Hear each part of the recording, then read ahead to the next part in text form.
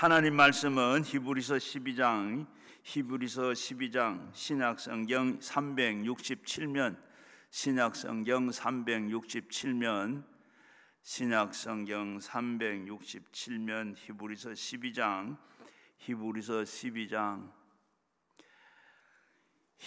12장 1절 2절 한 목소리로 두 절만 같이 읽겠습니다. 이러므로 우리가 구름같이 둘러싼 허다한 증인들이 있으니 모든 무거운 것과 얽매이기 쉬운 죄를 벗어버리고 인내로서 우리 앞에 당한 경주를 하며 믿음의 주요 또 온전케 하시는 이인 예수를 바라보자. 그는 그 앞에 있는 기쁨을 위하여 십자가를 참으사 부끄러움을 개의치 아니하시더니 하나님 보좌 우편에 앉으셨느니라. 아멘. 이 될 수도 있고 부정적이 될 수도 있고 마음의 방향이 이렇게 달라지는 겁니다. 같은 민족인데 이 탄핵을 반대하는 사람 또 찬성하는 사람 이렇게 있듯이 우리의 마음이 이렇게 또 달라져요. 방향이 달라져요. 부정한 마음이 그 마음의 생각은 마음속의 모든 것을 부정적으로 이렇게 생각하기 때문에 그 생활에 그든 모든 환경을 그렇게 만들어 갑니다. 또 그리고 마음에 가득한 것이 밖으로 나온다고 했는데 부정적인 생각이 마음속에 가득하면 이 환경이 부정적인 그 세력에 끌려 들어가서 주위의 환경이 온통 그렇게 부정적이 되어 버리고 마는 겁니다. 그래서 반대로 긍정적인 마음을 생각을 가지면 그 생각 밖에 나가서 똑같은 환경을 끌어들이는 겁니다. 그렇기 때문에 우리는 무슨 생각을 하든지 하느냐에 따라서 그 마음이 이렇게 달라지는 겁니다. 김학중 목사님이 쓴 내 생각의 터닝 포인트라고 하는 이 책에 보면 이런 얘기가 있어요. 사람은 생각이 어떻게 하느냐에 따라서 인생이 바뀌어진다. 우리가 사람이 생각을 어떻게 하느냐에 따라서 인간의 이 환경이 달라서 인생이 바뀐다. 행복하다고 생각하면 행복한 사람이 행복이 찾아오고 행복하다고 선포하시길 바랍니다. 그리하면 이 행복이 찾아올 것이고 또 좋은 일이 생긴다 한다면 우리 인생에 더욱더 멋진 인생이 될 것이다. 이렇게 하는 얘기가 있어요.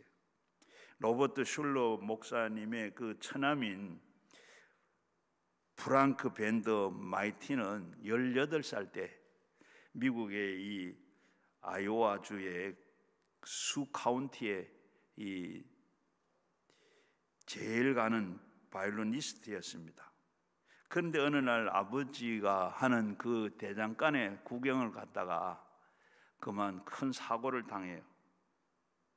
그 아버지 공장에 가서 보는데 그냥 시뻘겋게 타는 쇳덩이가 튀면서 그만 손을 딱 때려쳤습니다. 때려치는데 그만 손가락 4개가 다 날아가고 그냥 이 엄지손가락 하나 남았어요. 이거 어떻게 가지고 바이올린을 켜죠? 참 큰 사고를 당하고 완전히 인생이 끝나는 인생이 됐습니다. 그런데 모두가 좌절하고 낭망할 줄 알았는데 낭만과 좌절 대신에 엄지손가락 하나를 가지고 바이올린을 키는 이 연습을 밤낮으로 연습을 합니다. 그래가지고 그는 바로 비관하지 아니하고 나는 할 수 있다, 하면 된다, 해보자. 그렇게 해가지고 그는 그렇게 결국 그 손가락으로 바이올린을 잘 탈 수 있는 그 교향악단에서 참 뛰어난 바이올리니스트가 됐다 그럽니다. 그러면서 그는 이렇게 얘기해요. 나는 결코 불구자라고 생각하지 아니했다.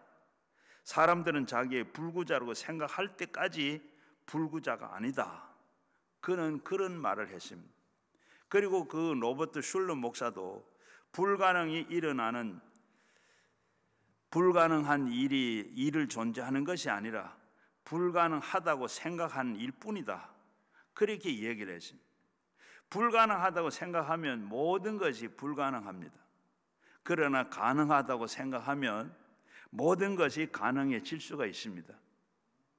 우리는 무엇을 바라보느냐, 어떻게 생각하느냐에 따라서 인생이 달라진다는 것을 알아야 됩니다. 첫째로 땅을 먼저 보고 난 다음에 인생을 사는 사람들이 허다합니다. 더구나 예수님을 믿는 사람들은 땅을 먼저 보고 바라보고 환경을 먼저 바라보고 모든 풍랑을 먼저 바라보고 그리고 난 다음에 마음이 착잡해지고 우울해지고 좌절하고 절망할 때 하늘 창문을 커튼을 내린 다음에 하나님을 쳐다보면 그 마음이 벌써 상당히 저항감이 있어가지고 우울하게 되는 겁니다. 우리는 땅만 바라보면 우리가 땅만 바라보면 땅은 어떤 곳입니까? 공허한 곳입니다. 헛되는 것이 기자가 말한 것처럼 땅에는 모든 영원한 것이 없습니다.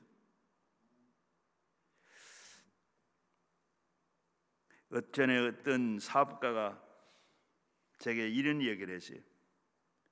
그가 하는 말이 이 세상에 아무리 돈을 많이 벌어도 그 벌은 돈을 죽을 때는 가져가지도 못하고 또 그리고 돈을 많이 벌면 벌수록 걱정이 많아지고 또 다른 사람들을 보다 더 많이 먹느냐 먹지도 못하고 행복하냐 행복하지도 않다. 그런 말을 했어요. 여러분, 우리가 세상의 모든 것이 다 하나님을 떠난 것입니다. 바로 이 세상은 하나님 떠난 곳이에요. 저주하고 그리고 가시와 은근기가 번창한 곳입니다. 수고와 고생으로 이 처소가 바로 하나님의 저주에 버렸기 때문에 그곳에서 우리가 살고 있습니다. 창세기 3장 17절 18절에 보면 아담이 말하기로 네가 네 아내가 말을 듣고 내가 내게 먹지도 말라. 그리고 한 나무를 열매를 먹었은즉 땅이 너희로 말미암아 저주를 받고 너희는 그 평생에 수고해야 그 소산을 먹으리라. 땅이 내게 가시덤불과 은근키를 낼 것이라. 하나님께서 이렇게 저주를 했었습니다. 그래서 땅은 공허할 뿐만 아니라 땅은 공허하기 짝이 없습니다. 생존 경쟁이 피나는 경쟁의 땅이고 제약과 그리고 이 악으로 점령한 땅이고 삶의 의미가 상실해버린 그런 땅입니다. 마귀가 점령한 땅이고 마귀가 가는 곳곳마다 사람들의 마음에 탐심과 교만을 그리고 불어넣어주고 인간의 교통은 바로 이 탐욕과 교만으로 언제나 먼저 서서 말미암아 무서운 시기와 질투가 존재하는 곳이 바로 이 땅입니다. 디모데후서 3장 2절 3절에 보면 이런 말씀이 있습니다. 사람들이 자기를 자랑하되 돈을 사랑하며 악을 자랑하며 그리고 이 교만하며 비방하며 부모를 거역하며 감사하지 아니하며 거룩하지 아니하며 무정하며 형통함을 풀지 아니하며 모함하며 절제하지 못하며 사나우며 선한 일을 좋아하지 아니한다고 이렇게 말씀을 하고 있습니다. 바로 옛날이나 오늘이나 똑같은 사람의 심정이 아니겠습니까? 가장 충격적인 것은 많은 은혜를 베푼 후에도 은혜 받은 사람은 감사를 말끔히다 잊어버리고 만다는 겁니다. 그리고 오히려 은혜를 바로 원수로 이렇게 갚을 때가 많습니다. 사람들은 은혜를 돌에 새기지 않고 물에다가 새긴다 그랬습니다. 원하는 그리고 돌에다가 새긴다고 했습니다. 사람들은 은혜를 받는 것은 꼭 잊지 말고 감사할 줄 알아야 되는데 그래야 하나님께서 온전한 축복을 받을 수 있는 자격이 있는 사람이 됩니다. 이 땅에서 보면 혼동의 땅이고 불안의 땅이고 재책의 땅이고 그리고 허무와 무의미한 불안과 죽음의 공포의 땅이 바로 이 땅입니다. 오늘 우리는 여기에 살고 있습니다. 그래서 욥은 말하기로 욥기 3장 26절에 보면 나는 참 평온함이 없고 안식이 없고 그리고 내가 이 휴식도 없고 나는 그저 불만뿐이라고 했습니다. 야고보서 4장 14절에도 보면 내일 일을 너희가 알지 못하는도다. 너희가 생명이 무엇이든지 너희는 잠깐 보이다가 없어지는 안개라고 말씀했습니다. 이 땅은 또한 절망이 가득한 땅입니다. 문제의 스트레스가 몸부림치는 곳입니다. 우리가 삶을 살고 있는 곳을 보게 되면 스트레스가 없는 곳이 없습니다. 어느 가정주부도 스트레스에 고난을 당하고 남편도 마찬가지로 그 자녀들도 학업 때문에 여러 가지로 세상에 살면서 스트레스를 받고 있습니다. 노버트 바로 이 스키 박사는 바로 스탠포드 대학에서 이 신경외과학 교수로 만성적인 스트레스가 신체적으로 정신적으로 미치는 어떤 영향을 주는가 연구를 했습니다. 그 결과 세계 최초로 스트레스가 바로 이 뇌 신경세포를 파괴하는 그런 것을 증명했습니다. 바로 이 스트레스가 뇌 신경세포를 파괴하는 것이라. 그래서 그 최근에 그가 쓰는 책에 보면 바로 스트레스라는 책을 출간했는데, 스트레스는 단지 소화불량이나 편두통 같은 심장병 그리고 고혈압, 퇴행성 뇌질환 이런 심각한 질병이 원인이 된다고 했습니다. 이 현대인들은 너무나도 많은 스트레스 속에 살고 있기 때문에 이제는 스트레스가 사는 것이 그저 일상화되어 버리고 보통 삶이라고 그렇게 생각을 하고 그렇게 살고, 하나 질병에 엄청난 고통이 있으면서도 알질 못하고 살아가고 있습니다. 누구나 다 이 스트레스가 일상적으로 생활이 되어서 자기의 몸과 마음의 스트레스로 말미암아 이 매일같이 파괴되고 있다는 것을 모르고 그냥 살아가고 있습니다. 스트레스는 반복적으로 만성적이 되면 아주 각종 질환뿐만 아니라 노화가 오고 그리고 우울증과 그리고 불안 장애 등의 같은 여러 가지 정신적인 질병을 일으켜 앓게 된다고 합니다.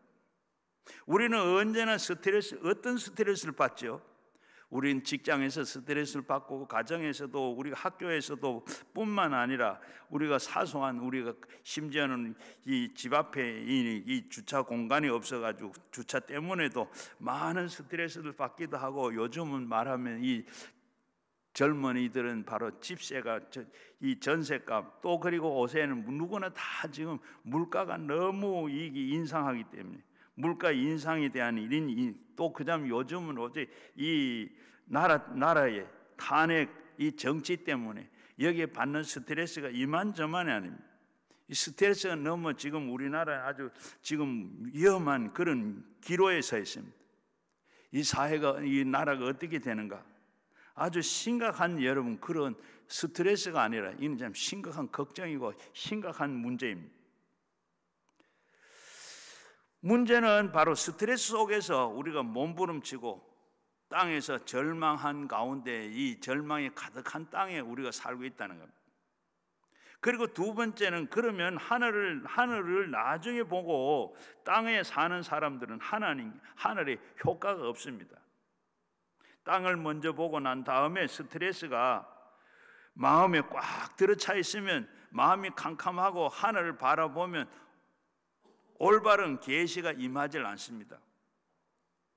땅의 삶에 위축되고 스트레스를 받고 그리고 낙심이 되고 무력함 속에 이 하늘을 보아도 여기에서 찾아볼 것이 옛날의 하나님밖에 없습니다.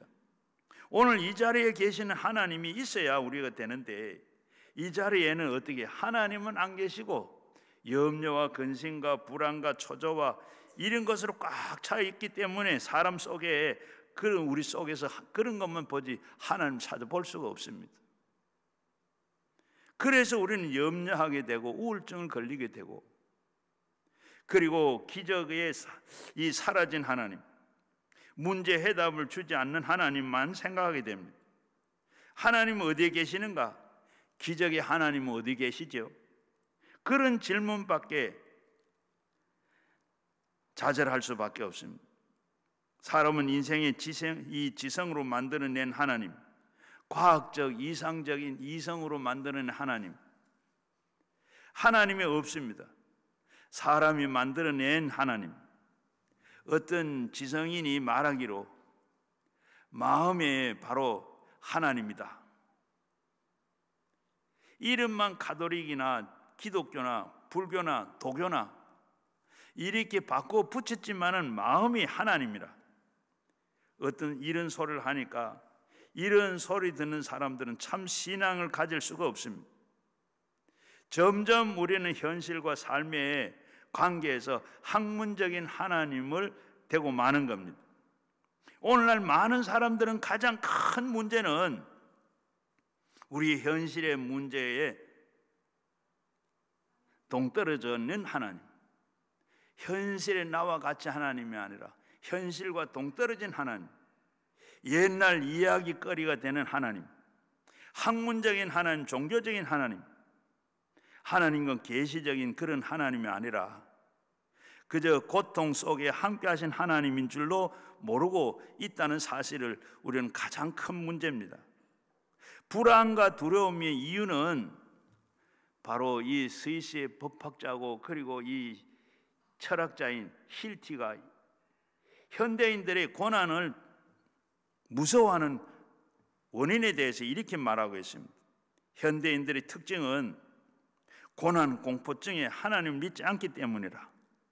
하나님을 두려워하지 아니하면 현대 생활에서 모든 환경에 두려움을 갖게 된다. 이런 설명에 의하면, 그의 설명에 의하면 하나님을 두려워하지 않는 사람은 그 마음에 자연스럽게 세상에 대한 두려움이 채워진다고 그랬습니다. 신학자 벵겔도 마찬가지로 이 하나님만을 두려워하는 사람은 그 외에 대해서 조금도 두려워하지 않는다 그랬습니다. 그런 하나님을 두려워하지 않는 사람은 하나님 외에 다른 모든 것을 다 두려워한다고 했습니다. 어거스틴은 무엇보다도 하나님을 두려워해라, 그리하면 사람이 조금도 두려워하지 않을 건다고 말씀했습니다. 하나님은 나를 위하시면 누가 우리를 정죄하겠느냐? 말씀과 같이 바로 우리가 살고 있는데 바로 이 살고 죽고 권세는 하나님께 있으니 하나님께 다 맡겨두었으니 두려울 것이 하나도 없는 겁니다. 오늘 많은 사람들이 하나님을 알지 못하고 땅의 삶을 위축되어서 세상의 모든 것에 불안하고 두려워하는 겁니다. 거기에서 문제가 해답을 주어지는 하나님은 안 계시고 인간의 지성으로 만들어낸 이성적인 학문적인 하나님밖에 없습니다. 이런 바로 여기에 기적이 일어날 수가 없습니다.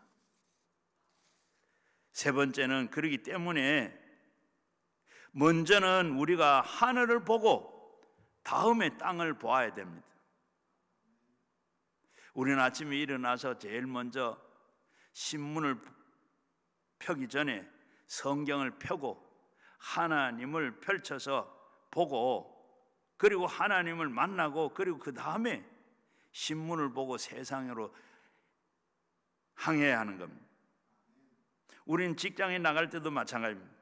먼저 하나님의 말씀을 보고 하나님의 말씀을 생각하고 난 다음에 직장에 나가면 직장에 무거운 짐을 짊어질 수가 있는 하나님과 같이 하고 계신 것을 믿을 수가 있습니다.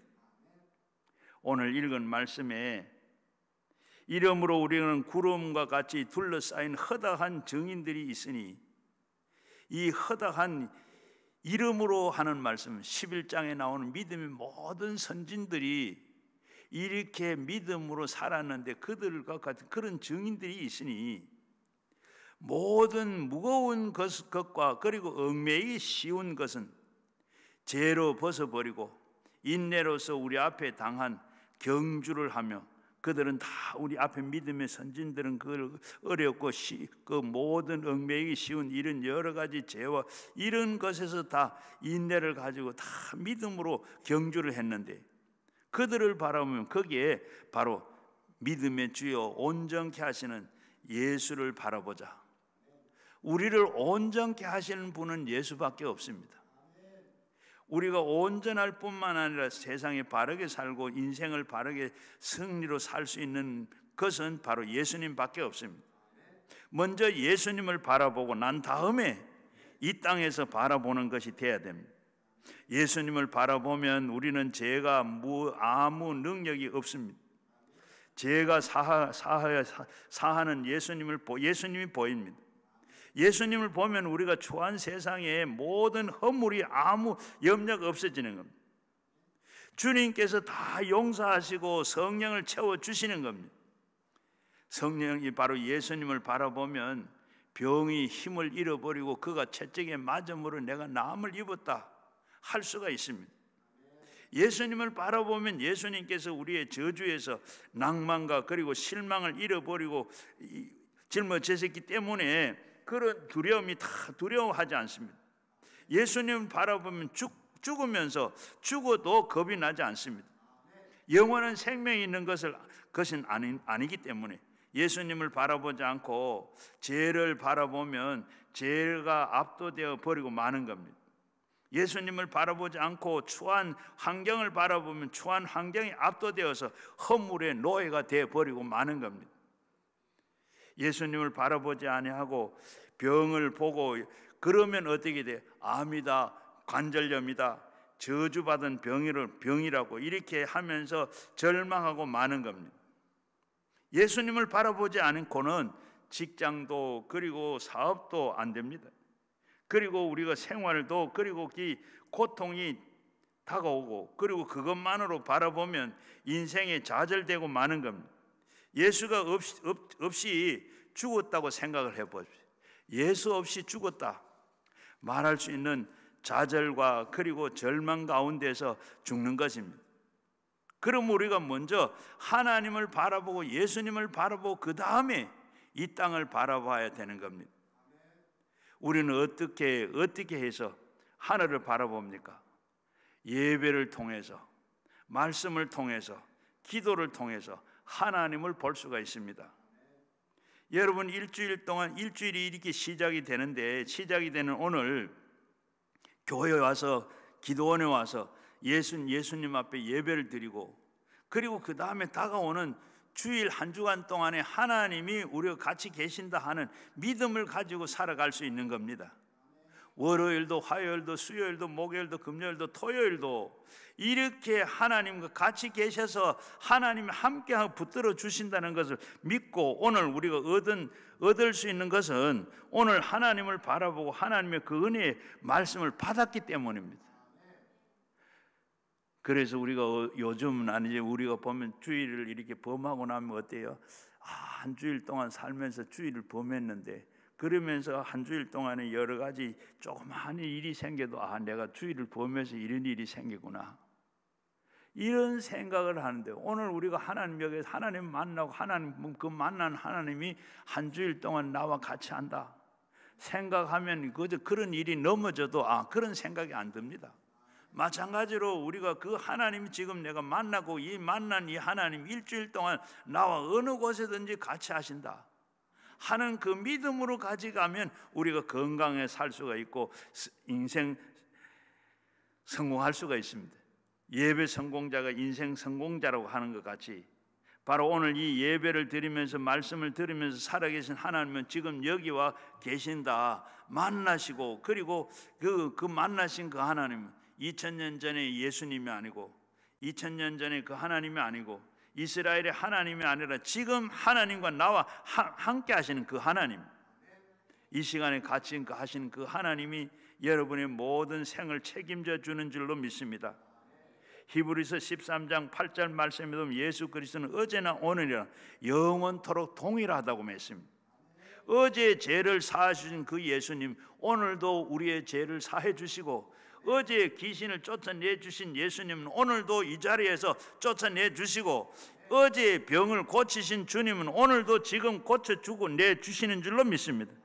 어제 저주를 제해 주시던 그 가난한 자에게 먹이는 것을 주신 예수님은 오늘도 우리에게 일용할 양식을 주시는 줄로 믿습니다. 예수님은 어제나 오늘이나 영원토록 동일하시다.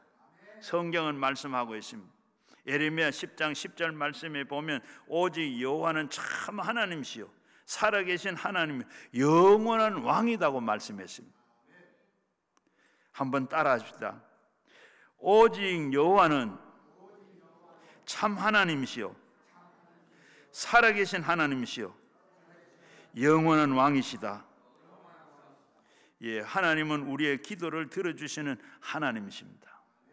우리가 기도하시면 하나님께서는 언제나 들으시고 응답하시고 문제를 해결해 주시는 분이신 줄로 믿습니다. 마태복음 7장 7절에서 11절 말씀에 보면 구하라 그리하면 너에게 주실 것이고 그리고 찾아라 그리하면 찾을 것이고 문을 두드리라 그리하면 너에게 열릴 것이라. 구하는 이마다 얻을 것이고 그리고 찾는 이가 찾아낼 것이고 두드린 자에게 열려질 것이라. 너희 중에 누가 아들에게 떡을 달라고 하는데 돌을 주고 생선을 달라고 하는데 뱀을 줄 아버지가 어디에 있겠느냐. 너희는 악한 자라도 이렇게 좋은 것을 자식에게 줄 알거든 하물며 하늘에 계신 너희 아버지께서 너희에게 좋은 걸 주시지 않겠느냐. 얼마나 강력한 말씀입니까? 자식이 떡을 달라고 하는데 돌 줄 아버지가 있습니까? 생선을 달라고 하는 아들에게 그 뱀을 줄 아버지가 세상에 있습니까? 하나님은 이렇게 비유로 말씀하셨어요. 너희가 악할지라도 악하지 않느냐? 탐욕의 욕심이 꽉 들어있지 않느냐? 교만한 너희도 그런데도 불구하고 자식에게 좋은 것을 줄 알거든 하물며 하늘에 계신 너희 아버지께서는 좋은 것을 주시지 않겠느냐? 하나님 아버지는 그 아들을 아끼지 않습니다. 아끼지 않고 다 주셨으므로 그 아들을 함께 좋은 것을 주십니다. 하나님 좋은 하나님이십니다. 여러분의 아버지는 좋은 아버지십니다. 오래 참고 견디고 여러분을 품고 돌봐주는 선량한 좋으신 아버지 하나님이십니다. 그것을 믿고 우리는 그걸 알아야 돼요. 그걸 알고 믿어야 됩니다. 그리고 우리의 삶의 환경에서 하나님을 다스릴 수 있는 힘이 있기 때문에 우리가 좋습니다. 무능한 하나님은 우리에게 아무리 품어준들 무슨 소용이 있겠습니까? 우리 하나님은 여호와는 나의 피난처시고 나의 요새시고 나의 의뢰하는 하나님이 되신다고 했습니다. 제가 나를 사냥꾼에서 올무에서 건져내시고 극한 열병에서 치유해 주신다고 하셨습니다. 이런 하나님이 되어야 되는 겁니다. 그래야 내가 그 하나님은 날개 밑에서 우리가 거하게 되고 안심할 수가 있습니다. 그리고 그 하나님은 무능하고 그리고 능력이 없고 죽은 우상의 하나님이 있으면 무슨 소용이 되겠습니까? 요한계시록 1장 8절에 주 하나님은 이르시되 나는 알파요 오메가요 이제도 있고 전에도 있었고 장차 올 자요 전능자라고 말씀했습니다. 시편 123편 2절에도 보면 상전의 손을 바라보는 종들의 눈같이 바로 여주인의 손에서 손을 바라보는 여종같이 우리의 눈은 바로 여호와 하나님을 바라보면서 우리는 다 은혜를 베풀어 주시기를 기다린 하나님을 바라보면 우리는 은혜를 주시고 응답을 주시고 세상을 바라보지 않고 그리고 하나님을 바라보면 이렇게 좋습니다. 스티브 스캇은 대학을 졸업하고 6년 동안에 9번의 직장을 옮겼습니다. 직장에 들어가면 또 이 목이 날아가고 또 직장에 또 들어가면 해고를 당하고 이렇게 하다가 보니 좌절이 되어서 자살까지 하려고 생각을 했습니다. 그런데 캐리 스몰러 박사가 그에게 이렇게 말을 해줍니다. 박사를 만나는데 그가 이렇게 말해요.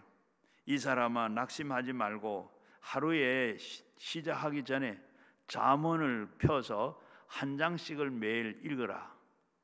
그리하면 많이도 읽는 거 아니고 한 장씩은 매일 읽으면 네 생애가 변화가 일어나게 될 것이다. 그리고 스캇은 박사의 건의대로 매일같이 하루를 시작하기 전에 잠언을 한 장씩 읽었습니다. 잠언을 한 장씩 읽으면서 그리고 어제보다 오늘도 다른 변화된 삶을 살아야지 하고 성경을 읽고 그리고 이 애를 썼습니다. 그렇게 읽다가 보니까 그 후에는 점점 하나님의 놀라운 은총과 그 축복이 임하는 것을 알게 됐습니다. 그러면서 마케팅 사업을 시작을 했습니다. 그러니 시합을 했는데 얼마나 잘 되는지 성공해서 10개의 회사의 사장이 됐다 그럽니다. 그뿐만 아니라 솔로몬 부자학 31강이라는 책을 써서 바로 이 베스트셀러가 됐습니다. 그리고 강연도 하면서 다양한 생활을 합니다. 그리고 꿈꿨던 그 행복을 바로 성공을 이룰 수가 있었습니다. 그는 이렇게 말했습니다. 매일같이 아침에 성경을 한 장씩 읽으니까 2년 안에 똑똑해지더라. 그리고 5년 안에 엄청난 부자가 됐다. 그의 나라와 그의 의를 먼저 구하라. 그리하면 이 모든 것이 너에게 더하시리라. 하나님의 말씀을 읽고 듣고 묵상하는 것이 그 나라를 또 의를 구하는 제일 첫 발자국인 것이었다. 여러분은 땅만 보면 우리가 말씀과 기도로 가운데서 하늘을 보면 하늘 문이 열리는 것을 발견하게 됩니다. 우리가 하늘 문을 통해서 하늘 보좌를 바라보고 예배하고 기도할 때 아브라함의 축복이 임하게 되는 줄로 믿습니다. 사랑과 복을 주시는 하나님을 깨달아 안다는 것은 굉장히 중요한 일입니다.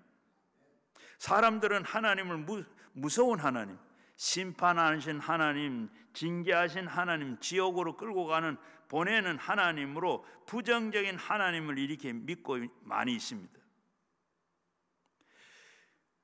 우리는 옛날에 부모님들을 생각하면서 그 아버지가 언제나 무섭고 고함을 치고 채찍을 때리던 그 아버지의 이미지를 가지고 있기 때문에 아버지를 회피합니다. 그러나 어머니는 자비하시고 사랑하시고 품에 품어주시고 격려해 주신 그 어머니를 기억하기 때문에 어머니의 이 이미지는 마음에 참 많이 남아 있습니다. 사랑과 복을 주시는 하나님이라는 것을 우리는 마음속 깊이 알아야 됩니다. 하나님은 사랑의 하나님, 우리에게 복을 주시는 하나님이라는 걸 우리는 알아야 돼요. 나쁜 그런 이미지를 다 잊어버리고 너희는 너무 사람들이 하나님에 대해서 부정적인 생각을 너무 많이 가지고 있습니다. 신명기 28장 1절에서 6절에 이렇게 써져 있습니다.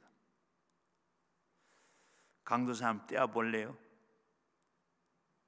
신명기 28장 1절에서 6절에 보면 이렇게 기록이 되어 있어요. 우리 같이 한번 읽어볼게요.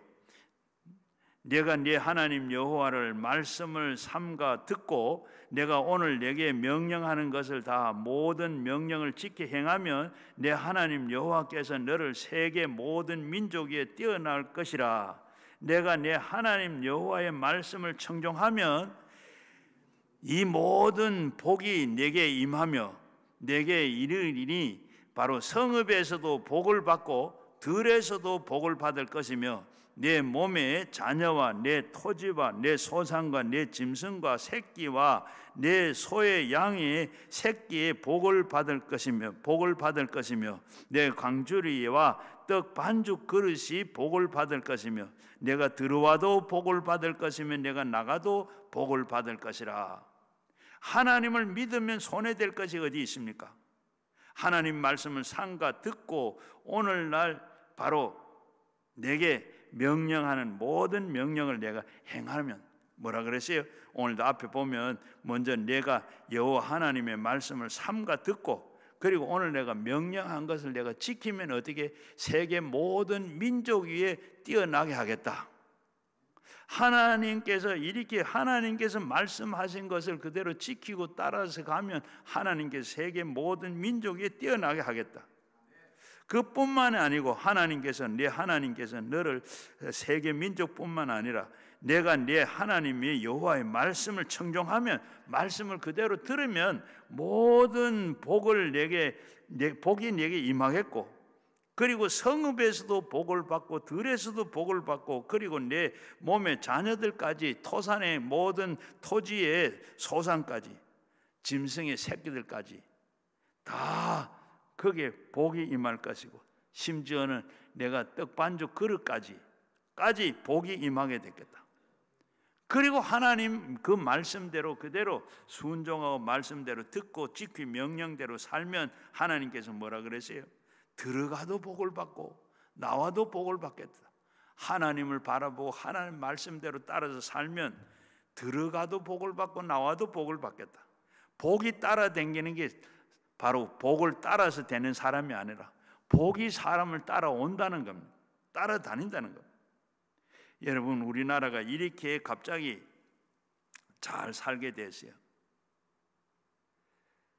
제가 어릴 때마다 참 먹고 사는 게 걱정이 많이 되고, 참 어떻게 그랬는데 우리 이런 나라가 어떻게 이렇게, 그런 나라가 이렇게 잘 살게 됐냐. 세계 경제적으로는 바로 11번째. 국력은 어떻게 해요? 전쟁으로 와서 완전히 세계가 도와줘서 바로 살아남은 이 나라가 바로 국방력이 5번째, 6번째. 이런 나라가 된 거 어떻게 됐어요?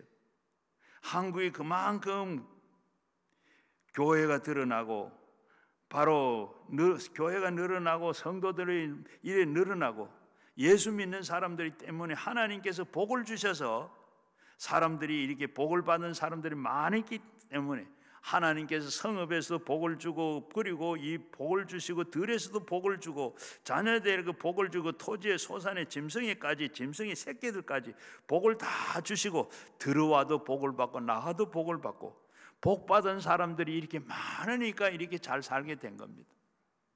산업을 복을 받고, 그리고 세계적인 여러분 기업이, 우리 세계적인 기업이 얼마나 많죠. 미국에 지금 막 트럼프가 대통령이 되면서 뭐라 그랬어요? 제일 먼저 대통령이 전화를 해가지고, 바로 우리는 배공장이 공장이 없는데 한국의 선박 공장을 수리하는 것은 물론이고 만들어 주는 것까지 이렇게 부탁을 하고, 이렇게 여러분 세계적인 이 기업이 일어나고 세계적으로 1등하는 기업이 많습니다.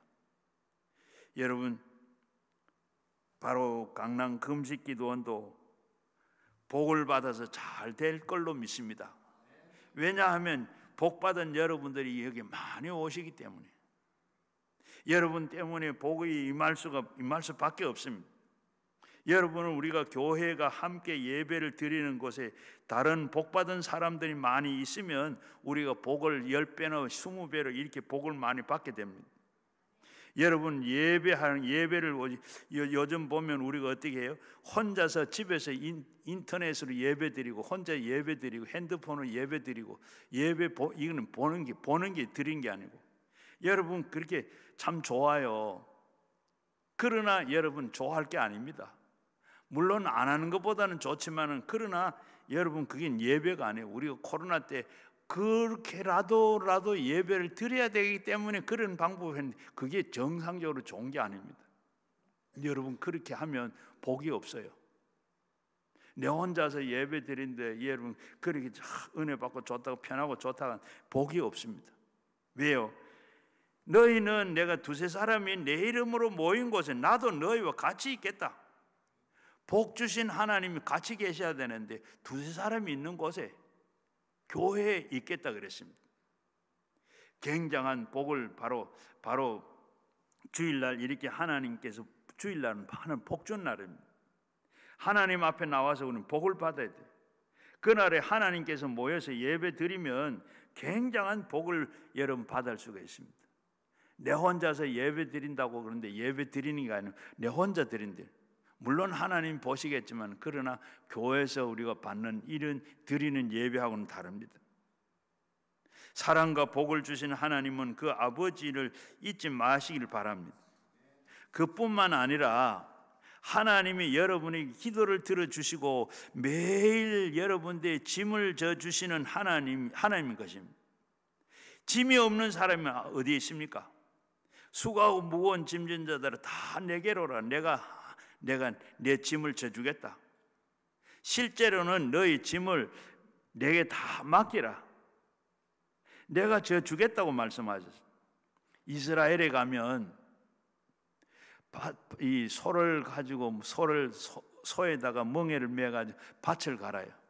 바는데 보면 우리나라는 그러는데 이스라엘에 가면 꼭 소가 새끼가 나면 소와 새끼를 같이 가요. 그 멍에를 어미가 매고 그 멍에 밑에다 줄을 매가지고 새끼가 딴 데 못 가도록 요만큼 이렇게 따라다닐 수 있도록 줄을 이렇게 새끼하고 매요. 그럼 그 새끼는 그 어미 따라 갑니다. 가다가 보면 그 주인이 막 몰아치고 하면 어떻게 막 땀을 뻘뻘 흘리면 그 쟁기를 막 몰고 가요. 끌고 가는데 그 새끼는 뭐요? 왜 어미는 저렇게 나는 힘이 하나도 안 되는데 왜 저렇게 땀을 뻘뻘 흘리고 저렇게 힘들어하나? 그 새끼는 뭡니까? 멍에는 어미 소의 멍에 매이지 새끼에게 매이질 않습니다. 이와 마찬가지로 우리 주님께서도 바로 그 새끼가 바로 그 어미 멍에 안에 들어가면 무겁지를 않습니다.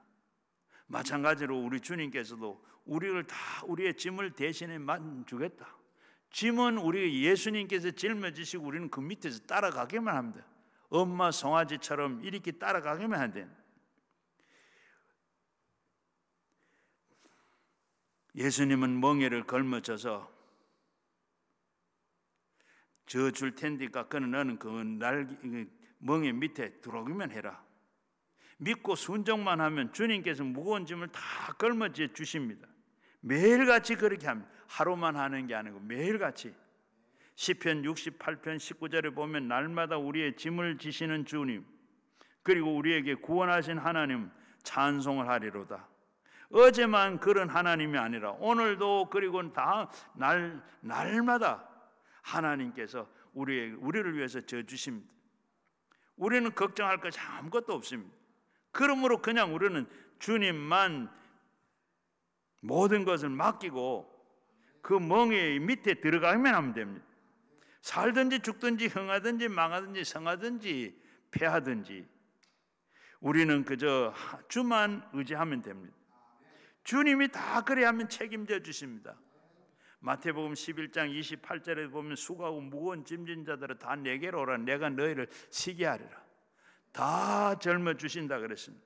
마태복음 8장에 보면 베드로의 집에 예수님 가셔서 베드로의 장모를 고쳐주시고 그 집에 오는 모든 환자들 다 고쳤다.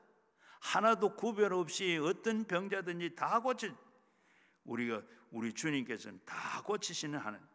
우리의 모든 것을 다 한 사람만 오는 것이 아니라 전부 다 내게 오라고 그럽니다.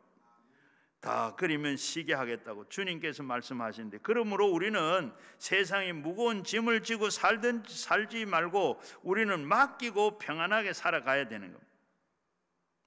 폴 에어징거는 1993년에 미국 프로골프의 메이저 대회에서 우승을 했습니다.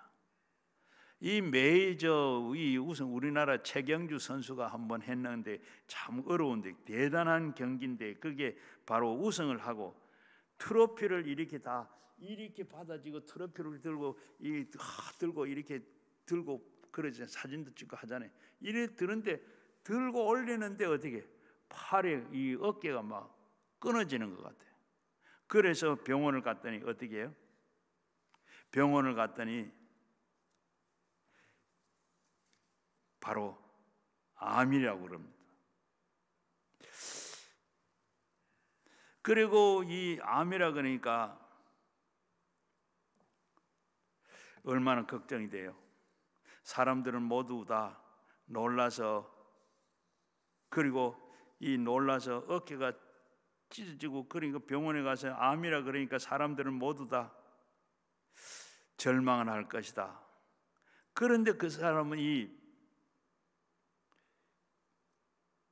에이징거는 조금도 절망을 하지 않습니다. 그리고 그러면 예수 믿는 사람인데, 그러면서 그가 이런 말을 합니다. 예수 믿는 사람, 예수 믿는다고 해서 비가 오는데 비를 안 맞나? 눈이 오는데 눈을 안 맞나? 비가 오면 우산을 쓰고 나가면 되고, 눈이 많이 오면 옷을 두껍게 입고 나가면 되는 거지. 그러면서 바로 하나님은 나의 피난처시고 요새시고 의뢰한 하나님이기 때문에 주님만 의지하면 이길 수 있다.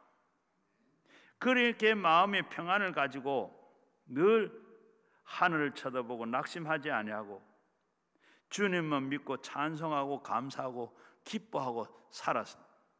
그리고 3년 후가 됐는데 그는 깨끗하게 나은 것 같아요. 병원에 가서 검사하니까 몸에 암이 하나도 없다. 그런 판정을 받았다. 우리가 살다가 보면 힘든 일이 닥치고 그리고 무슨 일이 있더라도 하나님이 항상 나와 함께 하신다는 것을 우리는 알고 모든 것을 하나님 앞에 다 내맡기고 살 때 하나님께서 책임을 져 주시는 줄로 믿습니다. 우리는 어떠한 어려움이 닥치더라도 하나님을 바라보고 예수님을 바라보고 그러할 때 주님의 삶의 그 환경이 다스리시고 사랑과 복으로 하나님께서 우리에게 은혜 안에 놀라운 기적을 우리가 만들어 주시는 줄로 믿습니다. 우리는 하나님을 다스리도록 만들어야 됩니다. 하나님이 아담 하와를 만드시고 난 다음에 어떻게 했어요? 이 모든 땅을 다 정복하고 다스리라고 그랬습니다. 여러분, 다스린다고 하는 힘을 가지고 하는 것이 아니고, 우리가 다스리라 하니까 주먹을 다스리는 것이 아니고 수족을 다스리는 것이 아니고 우리의 마음으로 다스리는 걸 말합니다. 여러분 생각과 꿈을 그리고 믿음으로 말씀으로 마음속에 환경을 다스리는 여러분 되시기를 바랍니다. 마음에 가득한 것이 밖으로 나오기 때문에 마음에 주님, 그 주님을 의지하고 바로 주님을 생각하고 그리고 주만 바라보면 주님을 믿고 그리고 주님께 감사하고 그리고 하면 평안을 가지고 그 마음속에 하나님께서는 그를 사랑하는 하나님 대신에 부정적인 생각을 가지고 있는 것입니다. 그리고 신명기 28장에 우리가 말씀한 것처럼 하나님께서 우리가 그렇게 믿음으로 살면 하나님께서 다 책임을 져 주시는 거예요.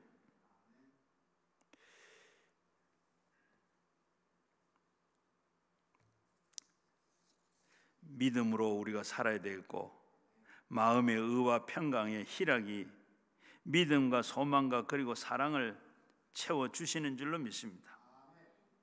그래서 우리는 하나님의 땅을 정복하고 다스리라는 말은 내가 정복하고 다스리주면 주마 우리 주님께서 다스려 주시겠다. 하나님께서 다 그렇게 환경을 바꾸어 주신다고 했습니다. 그래서 너희는 땅에서 정복하고 다스리라. 천국의 열쇠를 우리에게 주셨는데 바로 네가 땅에서 매면 하늘에서도 매이고 땅에서 풀면 하늘에서 풀린다. 주님께서 내 마음대로 네가 믿음으로 된다. 말하면 그대로 내가 믿음대로 될지어다 그랬습니다. 여러분이 믿음대로 되는 겁니다. 꿈을 꾸고 믿고 말하면 그것이 여러분의 운명을 그리고 환경을 다스려 주시는 겁니다. 그러므로 여러분의 환경이 여러분의 가슴에 가득 차 있을 때 그것을 잊지 말고 꿈을 가득한 마음을 품고 있으면 그것이 다 밖으로 나와서 믿음이 가득 차고 품고 있으면 그것이 밖으로 나와서 입으로 시인하는 대로 모든 것이 그대로 되는 줄로 믿습니다. 또 그대로 될 수밖에 없습니다. 그래서 어떤 어려움이 닥치더라도 우리는 어려움을 마음속에 극복할 수가 있습니다. 주먹으로 극복하는 것이 아니라 마음으로, 생각으로 극복하고, 꿈으로 극복하고, 믿음으로, 그리고 극복하라고 말씀하고, 말씀으로 극복할 수가 있습니다. 여러분께서는 그러므로 항상 긍정적인 생각을 가지시기를 바랍니다. 말씀을 통해서 긍정적인 생각을 가지고 상상 속에서 잘 꿈을 꾸시고, 그리고 상상 속에 못되고 망하는 거면 그런 꿈을 우리는 꾸지 말아야 됩니다. 그래서 믿음을 갖고 좋은 일을 일어날 것을 믿어야 됩니다. 기적이 일어날 것을 믿어야 됩니다.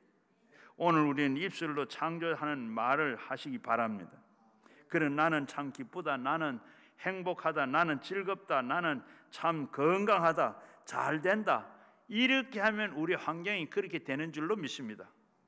오늘 우리는 스스로 마음속에 있는 힘을, 그리고 환경을, 운명을 다스릴 수 있도록 하나님께서 은혜를 주심으로 우리는 성경을 읽고 마음속에 그것을 간직하고 그것이 마음을 통해서 기적이 나타나게 되는 줄로 믿습니다.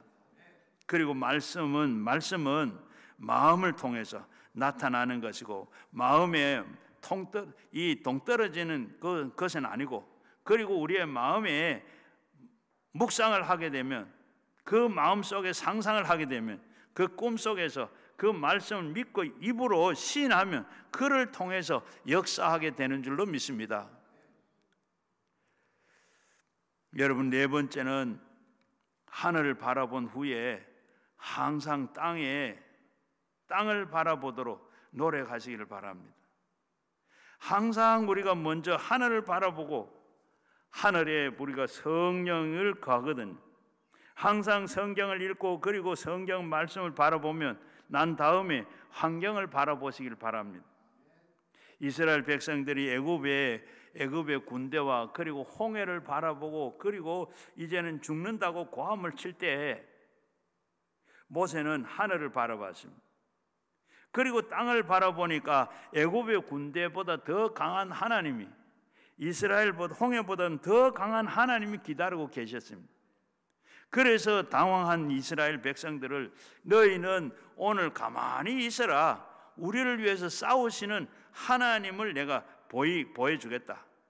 그리고 너희가 본 애굽의 군대는 다시 영원히 보지 못하게 하도록 하겠다. 그리고 하나님의 역사가 나타났습니다. 모세는 하늘을 보고 땅을 보았습니다. 백성들은 땅을 보고 하나님을 보니까 하나님이 눈에 보이질 않았습니다. 여러분은 이 땅에 사는 모든 것은 하나님이 모든 것을 다스리고 모든 것이 하나님의 주인이십니다. 마태복음 28장 18절에서 20절에 보면 예수님께서 나와서 이렇게 말씀을 하십니다. 하늘과 땅의 모든 권세를 다 내게 주셨으니 그러므로 너희는 가서 모든 민족을 제자로 삼아 아버지와 아들과 성령의 이름으로 세례를 베푸르라. 그리고 내가 너에게 분부한 모든 것을 가르쳐 지키고 행해라.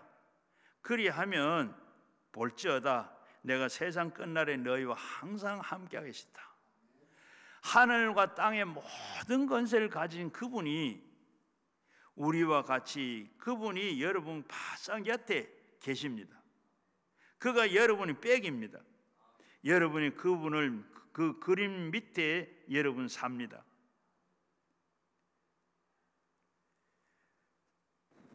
그것은 상상 속의 꿈으로 보여주십니다. 바로 당당하게 살 수밖에 없습니다. 환경을 극복하고 행복하게 살아갈 수 있도록 하나님은 노력하고 계십니다. 저와 여러분들이 모든 죄악을 사하시고 모든 병을 다 고치시고 그리고 모든 생명을 파멸하는 그 구속해서 우리 인생에 긍휼을 관을 씌우시고 좋은 것으로 우리에게 주시고 만족하게 하시는, 바로 청춘의 독수리 같이 새롭게 하기를 원하시는 하나님이십니다.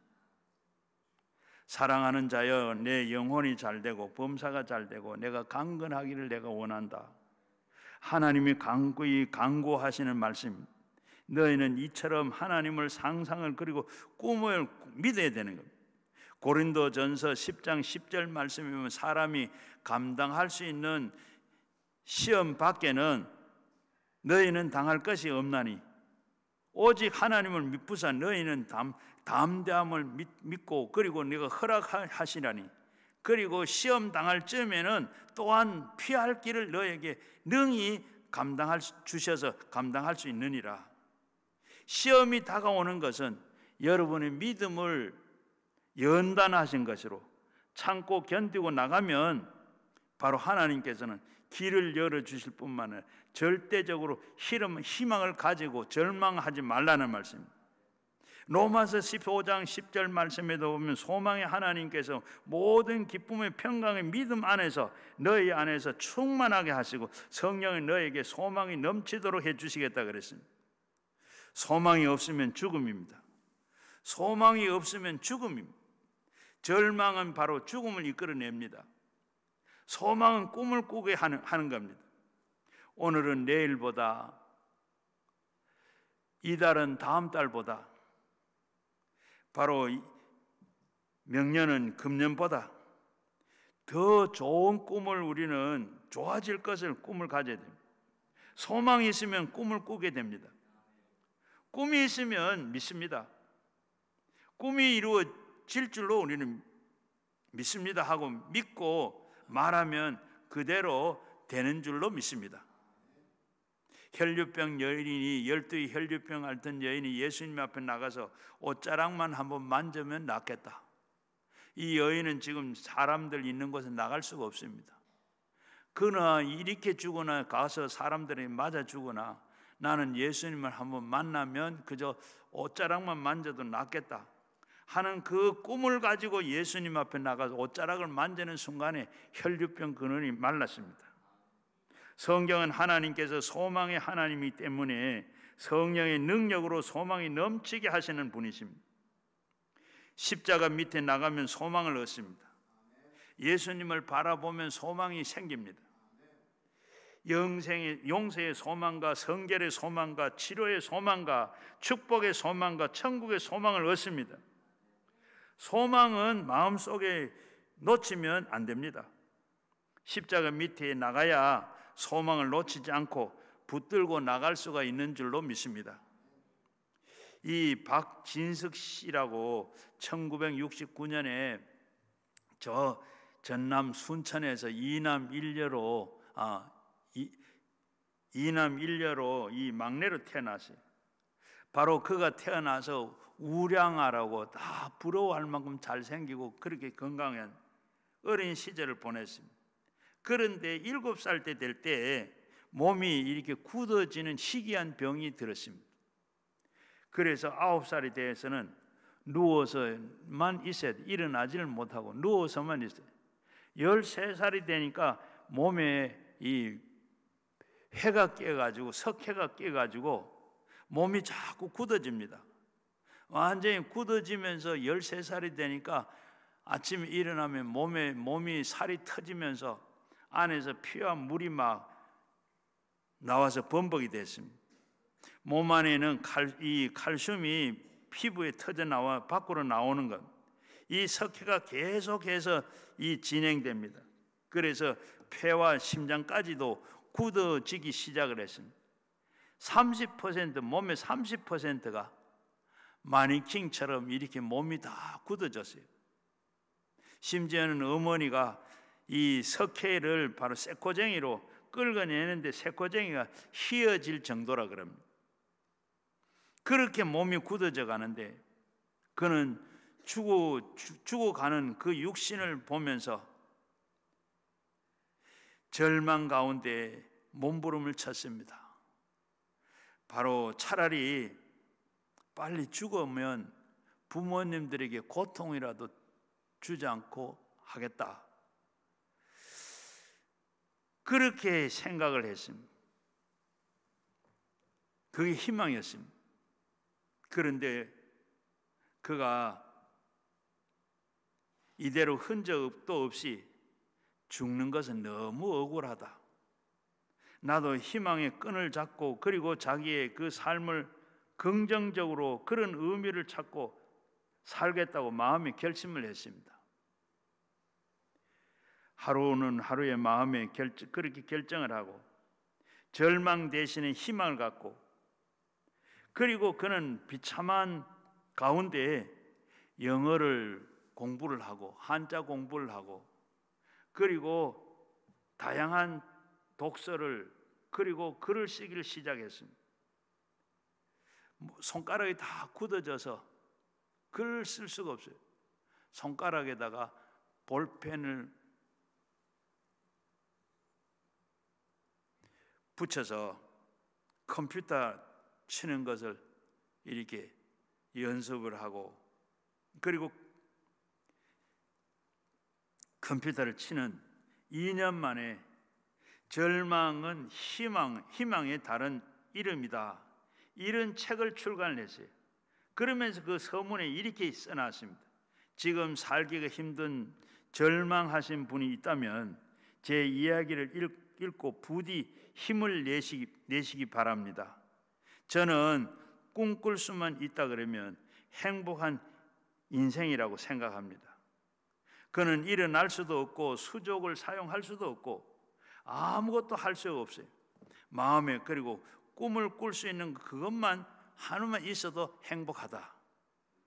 아무리 참담한 현실이 처해도 살아있는 한 꿈을 버리지 마십시오. 그리고 울지 마십시오. 그리고 그는 20살을 더 못 산다고 했는데 30살이 되도록 그렇게 30이 넘으면서 자전적 에세이와 그리고 시를 쓰고 그리고 문인의 활동을 했다 그럽니다. 우리는 이러한 어떠한 절망과 시련 가운데서도 하늘을 바라보고 절대로 희망을 놓지 말아야 됩니다. 그럴 때 바로 하나님은 이 땅에서 어떠한 환경과 여건일지라도 그것을 극복하고 행복하게 살 수 있도록 꿈을 주시고 믿음을 주시고 담대함을 주시는 겁니다. 희망의 복음이 바로 우리 주 예수님이십니다. 우리가 바로 그것이 우리에게 주시는 복된 소식입니다. 자, 우리는 하늘과 땅 사이에 우리가 살고 있습니다. 우리는 하늘과 땅 사이에, 하늘 밑에 땅 위에 이 공간에 우리가 살고 있습니다. 하늘만 우리가 바라보고 살 수 없고 땅만 바라보고 살 수가 없습니다. 순서를 올바르게 가져야 됩니다. 먼저는 하늘을 바라보고 난 다음에 땅을 보고, 하늘을 보고 하나님께 감사 찬송을 부르고 기도하고 난 다음에 땅을 보면 땅의 문제가 문제로 보이지 않습니다. 땅은 바로 이렇게 땅을 보면 땅의 문이 태산같이 커도 가려워져서 하나님이 안 보이는 겁니다. 그러나 하나님을 보고 난 다음에 땅을 보면 모든 것이 다 먼저 티끌같이 보이고, 뭔 이것이 문제가 되느냐, 이까지 것이 물건이 되느냐, 문제가 되느냐, 예수 이름으로 물러가라. 물러가고 거기에 모든 자유함이 있고 거기에 평화가 있고, 하늘을 보고 땅을 보는 우리의 모든 신앙이 꼭 되시기를 바랍니다. 그래서 항상 우리는 성경을 곁에 두고 그리고 성경을 바라보고 하나님 주시는 그 하나님의 말씀인 성경과 그리고 기도로 읽고 그리고 듣고 묵상하고 성경 말씀이 마음에 가득하면 모든 것이 따라서 우리의 환경이 이렇게 환경을 바라보고 그 환경을 정복하고 극복할 수 있는 줄로 믿습니다. 여러분의 생각 속에, 하늘의 생각이 품속에, 이 하늘의 믿음 속에, 여러분 마음 속에 그리고 늘 가득해서 살아가기를 주의 이름으로 축원합니다. 우리 같이 기도하겠습니다. 말씀을 생각하면서 가지고 나온 기도 제목과 함께 우리 같이 주여 3번 하시고 기도하겠습니다. 주여